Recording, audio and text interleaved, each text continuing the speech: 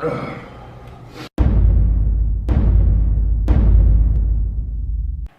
back, everyone, to Real Hot Talk. My name is Jacob Gamble. You guys probably already know that, seeing as how this is our 5th video.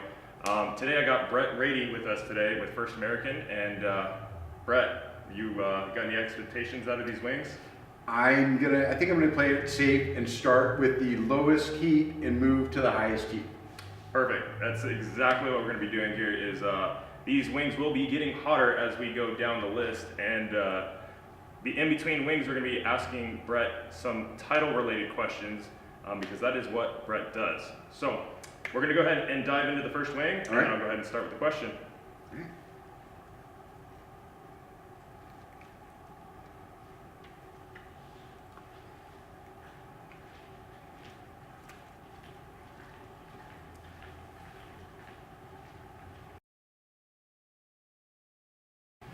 All right, not too bad on the first one, right? Good, delicious, has a good flavor, not too hot yet. Yeah, that's a perfect one to start off with. Before that heat starts to kick up, what is title insurance? Can you break it down pretty simply for us?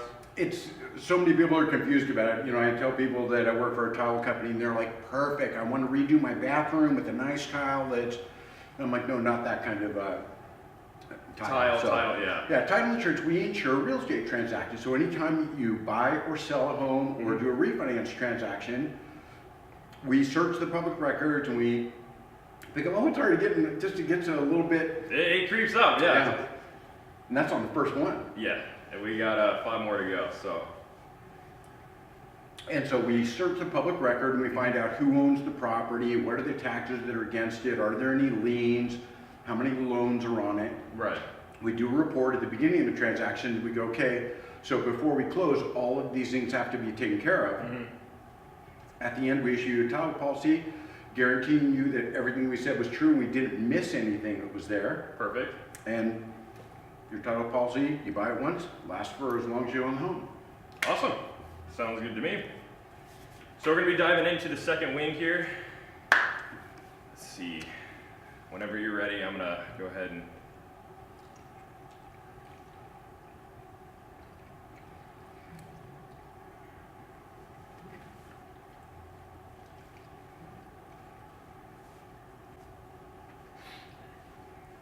that one tastes familiar to me.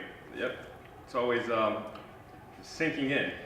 So before that gets a little too hot for me, what does it mean to hold title? When you come onto title, so you have a deed and it puts you on title. Mm-hmm.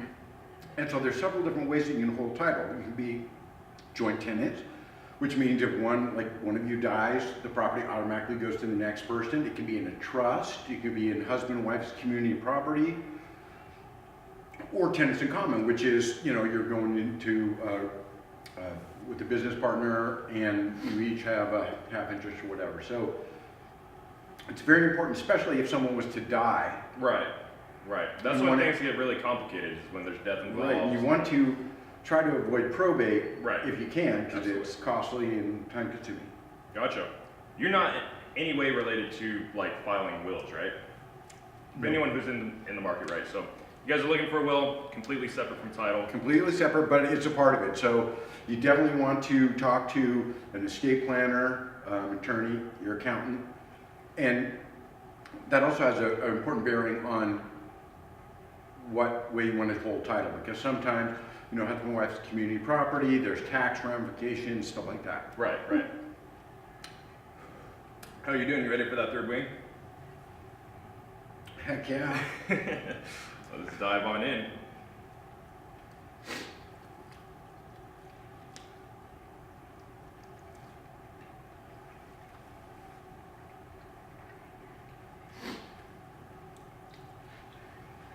I think I forgot to give you the memo, but I actually bring a change of clothes because I sweat a lot during this challenge. I'm worried about the snot. Yeah, is that your worry on this one? I'm concerned about the snot. All right, so on to the third question. Who needs title insurance?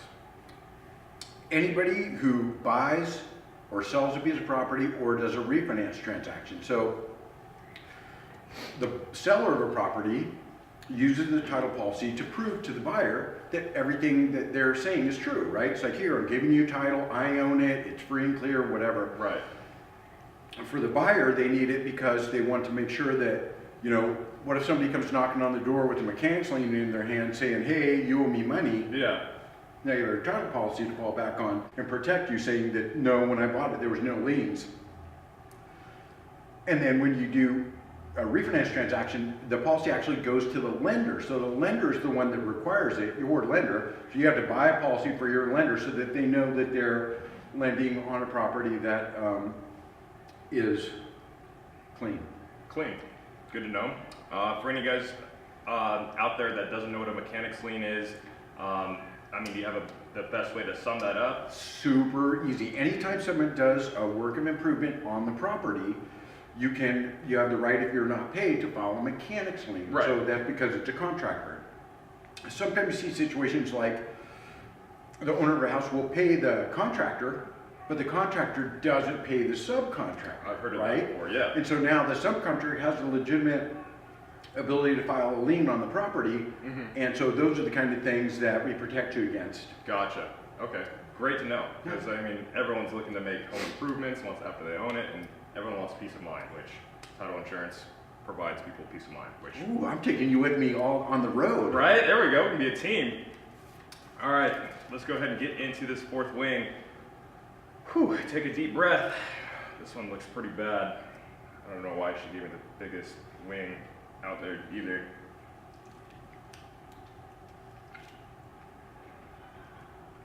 Man, these are like regular drumsticks. Yeah, can we get the bite-sized one? Can someone contact the chef and let them know that this size is not appropriate anymore? I have expectations of having the wing fully eaten since I'm the one doing the interview. And that size is not good for me. Well, that's starting to kind of creep up a little bit. Yep. Can you talk a little bit about what's going on with fraud lately? I know I've been dealing with, hearing cases of it. I haven't personally ran into any issues with fraud.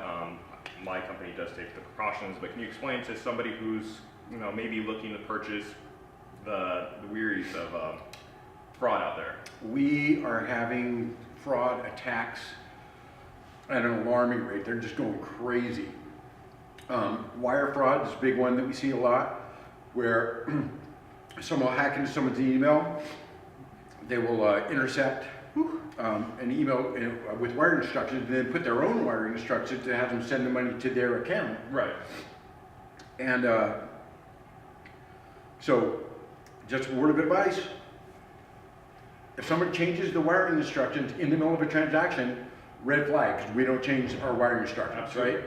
We had escrow on here, and the best advice they gave was pick up the phone, call. If you have anything that you're a little curious about, actually our escrow company, Citrus Heritage, takes precautions by never sending out wire instructions. They'll always contact you over the phone. Absolutely. And whatever you do, don't respond to the phone number on the suspected fraudulent email, right? Because then it's going to go to one that they control. So Absolutely. Call from your phone, from your contacts or whatever, and go, hey, did you change your wire instructions? And they're like, what? Red flag. Yep. But fraud, very manageable, something we can keep down as far as like you guys put in. Everybody has to be diligent, right? Everybody has to work together, make reasonable expectations of what that doesn't sound right. The way the language in the document didn't seem like it was grammatically correct. We send out, all right, hold on, get me under control. We send out letters to people that are in high-risk categories, out-of-state owners, free and clear properties, vacant land, a lot of the transactions. We'll send out a letter to the owner as soon as they open a transaction saying, hey, thanks so much for using First American Title. We look forward to working with you. By the way, if you don't know about a transaction, call this number. Right. And it goes to our Dave Kinder, our fraud prevention, head of our fraud prevention team. Perfect. And he goes, we get calls constantly. You would not believe how many calls and how many, just that letter alone, how many possible fraud incidents it saved us from. Keeps all those numbers down, which definitely a number one concern when you're dealing with big transactions like that. Second to last wing. I don't know about you, but I'm just gonna have to dive in onto this one. I can't take a break anymore.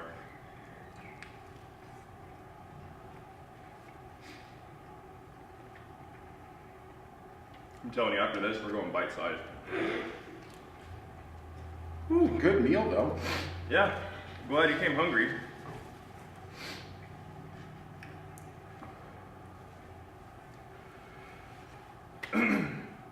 All right, can you tell us a story that you've encountered over the years? I know you've been doing title for quite some time, so. We had, the Riverside office, we have, under our claims chronicles for the whole corporation, there's one entitled The Pride of Riverside. And basically, it's the story of how First American ended paying $6 million in mechanics lien creditors after a foreclosure on the Mission Inn. So, I've got a whole half an hour long story about this, and now as it's starting to get me right here, I'm thinking, oh, maybe my whole story isn't going to come out, but chemical, before Dwayne Roberts owned the Mission Inn, it was. If you guys end up catching Brett on the street, perfect opportunity to ask him to finish that story, because these wings are definitely kicking in, and I understand that you might be needing a little bit of a break. So. I do. I mean, yeah, it starts when I start to talk. It starts out great, and everything's working fine, and then all of a sudden I start going. Choking up a little bit, yeah.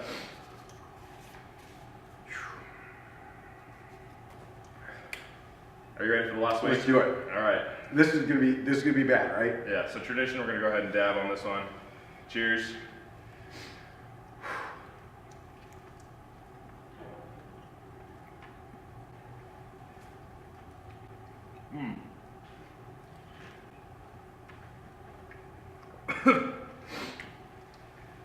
That one, the sauce is fighting so bad.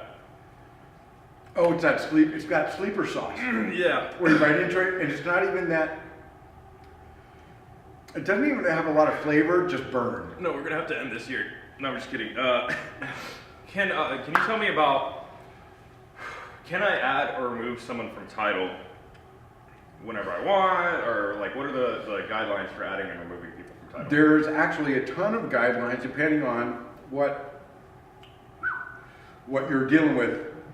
So you have to remember that your top policy of title insurance is good as long as you own the property. Right. Right. Your coverage carries over if you deed your property into your own family trust. Right. We've now added that. We're like, my gosh, We're throwing this sauce out. This sauce is going. No more on that sauce. Jesus Christ. All right. So, can you add or remove a person to title anytime you want? A lot of people will take, they'll switch it from their LLC into their name to do financing transactions. Anytime you want to add somebody, we do have an endorsement for like $100. We'll do it adding additional insured, so you make sure that your policy coverage is it carries over. You also have to be concerned about if you're going to, because Proposition 13 says that your property tax can't go more than 2% a year, and so you want to maintain that low tax base. And so one of the ways that they can raise it is anytime you transfer it, death, transfer, or substantial improvement to the property. And so if it's a spouse, if it's a parent to child transfer, you're exempt from reassessment. So that's helpful to know. And you want to fire those exclusions with the tax collector's office, because you would definitely want to keep that super low tax base on your property. Whew. Can I get some more water? I need more water. Go to the back. Run if you have to. Is there any blood coming out of my eyes? No, I think you're good. It's just tears. Unless everything is red, because It's tears, but I think it feels like blood. yeah, this is a portrait screaming.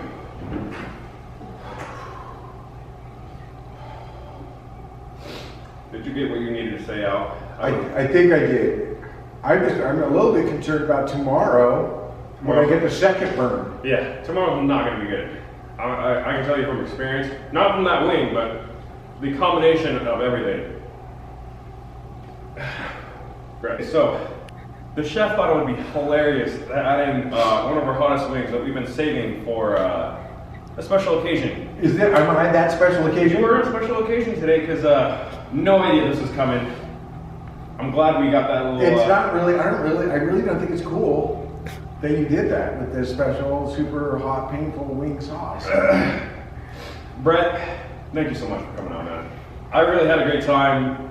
I'm gonna need to go take a shower. It was great. I know. I'm just like, how long does the pain last? We'll update you on how long that pain lasts. Just do me a favor, let us know how we did in the comment section below. You guys have any questions? You want anyone else brought on? Comments section, like, subscribe, do all that good stuff. Whatever, you know the drill. See you guys next time.